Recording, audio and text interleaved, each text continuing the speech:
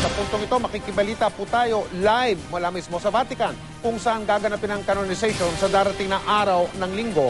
At ito po ay ang paghirang kay Beato Pedro Calungsod bilang santo. Nandun live sa mga sandaling ito si Jiggy Manikan. Jiggy, kamusta na dyan?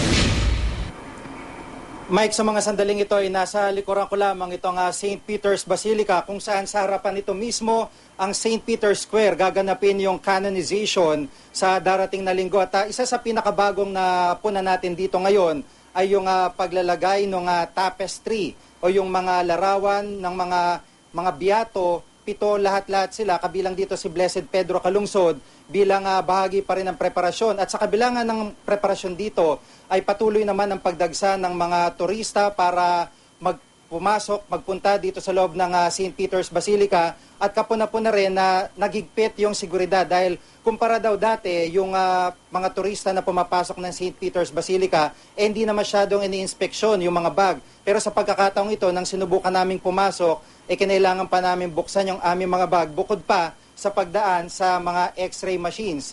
At inaasahan nga na libu-libong tao yung darating dito sa St. Peter's Basilica pagsapit ng araw ng linggo, lalo pat 7 nationalities o 7 ibang mga santo yung ika-canonize. At marami ding activities para kay Blessed Pedro Calungsod. Kabilang dyan yung Triduum Mass na nagsimula kahapon, mamaya yung pangalawa sa 3 misang yan at isasagawa nga yan dito sa isa sa mga simbahan malapit lamang dito.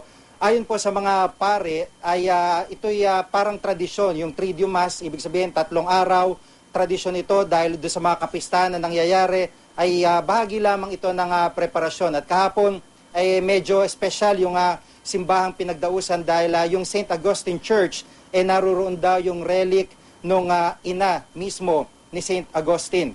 Kaya naman patuloy pa rin yung pagdagsa ng mga Pilipinong pilgrims at inaasahan nga na bukod dito sa 4,000 na nagparehistro, meron pa rin manggagaling sa iba't ibang panig ng mundo. Gaya na lamang ng ating nakausap noong nakaraan, na mga Pilipino galing sa Amerika. At ito nga, tuwan-tuwa sila, excited dito sa pagkakaroon natin ng pangalawang Pilipinong santo.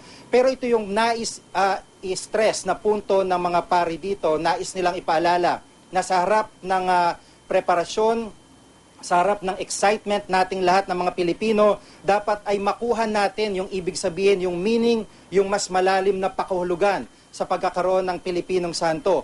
Ibig sabihin nito, nais daw nila na mas mapalakas yung Catholic faith, lalo pat ngayon, idineklara ni Pope Benedict XVI na Year of Faith, itong taong ito, at sa pamamagitan nito ay mas maipapakita natin yung kabutihan natin bilang mga Pilipino at mas may inspire, lalo na yung kabataan, lalo na sa buhay na pinagdaanan ni Blessed Pedro Calungsod. At ito rin yung pinupunto ni Monsignor Ilde Laison, yung mismong biographer ni Blessed Pedro Calungsod, na dapat, kumbaga, hindi tayo madala doon sa preparasyon, doon sa pagdiriwang, at salib, yung pagkatapos mismo, paano natin isasabuhay yung buhay ni Blessed o St. Pedro Calungsod pagsapit ng Linggo at Lunes, dahil ito yung mas mahalaga para sa pananaw ng simbahang Katoliko. Mike? Jiggy, kamusta ang mood ng mga tao dyan sa Vatican?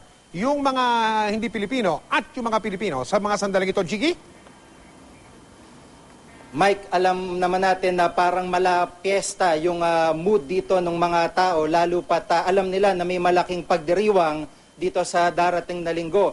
At nakikita nga natin na hindi talaga napapatid yung pila ng mga nais umikot dito sa St. Peter's Square, pagpasok sa St. Peter's Basilica, lalo pa yung ang kapuna-puna lang talaga yung naging mahigpit na seguridad kumpara dito sa mga nakalipas na araw. At masaya yung mood dito, very light at very holy din, very solemn din yung mga lugar kung saan binibisita ito ng mga kaparian. Bukod dyan, yung estatwa o yung imahe ni Blessed Pedro Calungsod ay mamaya inaasahan natin na dadalhin doon sa pagdarausan ng pangalawang misa at kahapon nakita natin siya dito sa St. Augustine Church, okay, para dito sa Triduum Mass. Okay, lilinawin ko lang, Jiggy, yung mismong seremonya sa darating na linggo na pinakaabangan ng napakaraming Pilipino na ngayon, diyan at dito at sa buong mundo, gaganapin ito dyan mismo sa St. Peter's Square. Kung tawagin nila dyan, Piazza di San Pietro, hindi sa loob ng St. Peter's Basilica. Tama ba yun, Jiggy?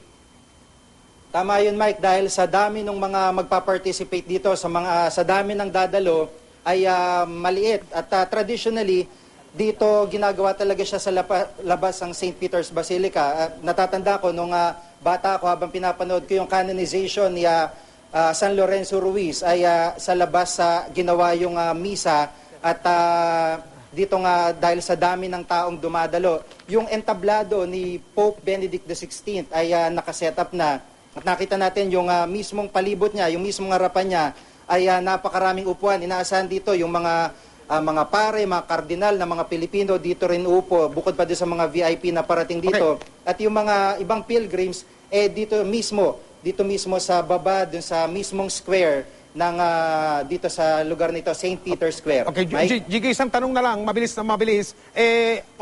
Kalagitnaan na ng Oktubre, berna ang buwan. Kamusta ang klima dyan, ang panahon dyan sa Vatican ngayon, mga panahon ngayon? Jiggy? Mike, medyo malamig yung simoy ng hangin. Makikita natin maaraw, pero yung hangin dito malamig, lalo pagsapit ng hapon at sa umaga ay medyo malamig yung hangin. Kaya ngayon, tamang-tama lang, pero once na mapunta ka sa lilim na ganito, ay malamig na, medyo lalamigin ka na rin. Pero ang maganda rito, sabi ng mga taga-ritong Pinoy, sa nakalipas sa araw, umuulan, pero nung nakita natin, maaraw. Kaya sana hanggang linggo, hanggang matapos itong canonization, ay magtuloy-tuloy magandang panahon para dito sa canonization ng 7 santo, kabilang na po si Blessed Pedro Calungsod. Mike? Live mula sa Vatican, maraming salamat, Chigi Manikad.